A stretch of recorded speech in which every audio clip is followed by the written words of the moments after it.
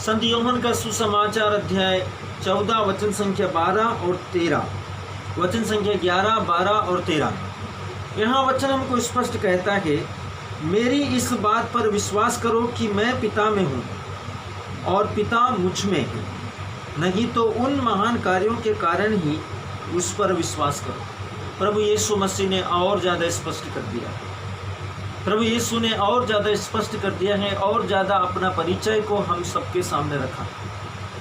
प्रभु ईश्वर का वचन स्पष्ट तरीके से कहता है, मेरी इस बात पर विश्वास करो। यहाँ परमेश्वर का वचन स्पष्ट दिखाता कि मेरे प्रियो, यहाँ मनुष्य जाति के लिए सबसे बड़ी विडंबना की बात है कि परमेश्वर को हमको अपनी आइडेंटिटी को बताने के लिए उसको प्रूफ करना पड़ता है।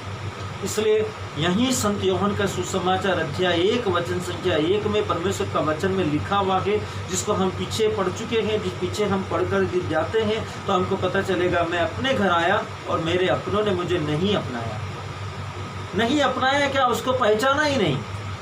इसलिए प्रभु यीशु मसीह ने कहा, क्या तुम मुझे नहीं पहचानते? क्या तुम मुझे नहीं जानते? क्या तुमने मुझे नहीं देखा? जिसने मुझे देखा उसने पिता को देखा। अब वो यहाँ और ज़्यादा जोर देकर अपने बारे में बताता है, मेरी इस बात पर विश्वास करो, मैं पिता में हूँ और पिता मुझ में है, नहीं तो उन कामों के द्वारा विश्वास करो जो मैंने किए हैं। उन कामों के द्वारा विश्वास करो, उन महान कामों के कारण विश्वास करो जो मेरे द्वारा पिता ने किए हैं।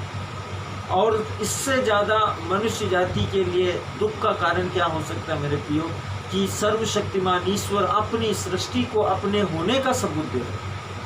इसलिए प्रभु ने कहा, जितनों ने उसे अपनाया, यूहन्ना का सुसमाचार अध्याय 3 वचन संख्या 16, जितनों ने उसे अपनाया और जो उसके नाम में विश्वास करते हैं, उन सबको उसने ईश्वर की संतान होने का अधिकार दिया।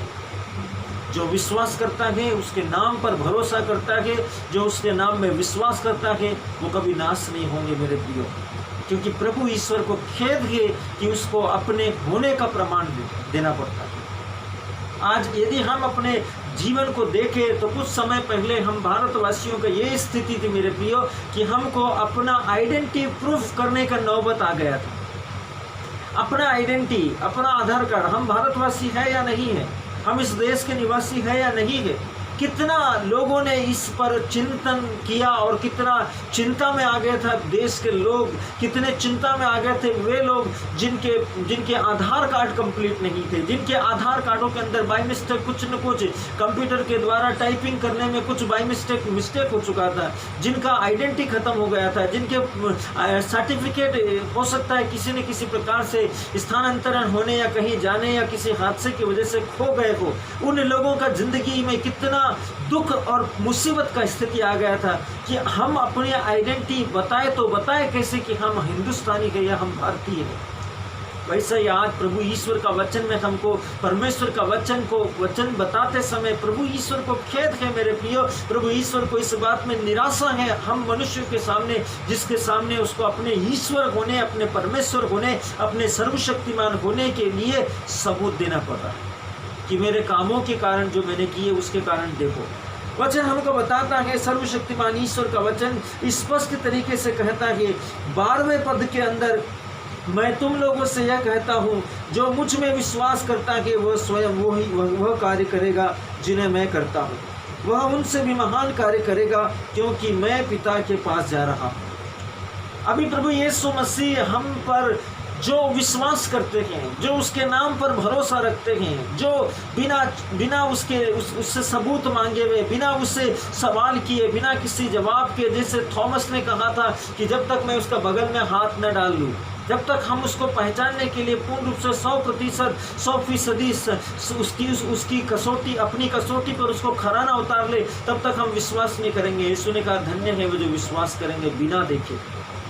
इसलिए प्रभु कहता है कि वे स्वयं वो कार्य करेंगे जो मैं करता हूँ, जो मुझ में विश्वास करते हैं वो काम करेंगे, वो जो मैं करता हूँ, जिन कामों को मैंने किया है। क्योंकि मैं उनमें निवास करूँगा, मैं उनके अंदर निवास करूँगा। जो मुझ में विश्वास करते वो स्वयं वो कार्य करेंगे जिन्हें मैं करता हूँ, बल्कि वो मुझसे भी महान और सामर्थ्य के काम करेंगे, क्योंकि मैं और पिता उनमें निवास करेंगे। पवित्र शास्त्र हमको बताता है, यदि हम आगे पढ़ेंगे तब हमको पवित्र शास्त्र बताता है, दाखलता में रखे बिना डालियां स्वयं नहीं फल सकती, मुझसे अलग होकर तुम कुछ भी नहीं कर सकते। प्रभु ने कहा मैं दाखलता हूँ और तुम डालियां हो।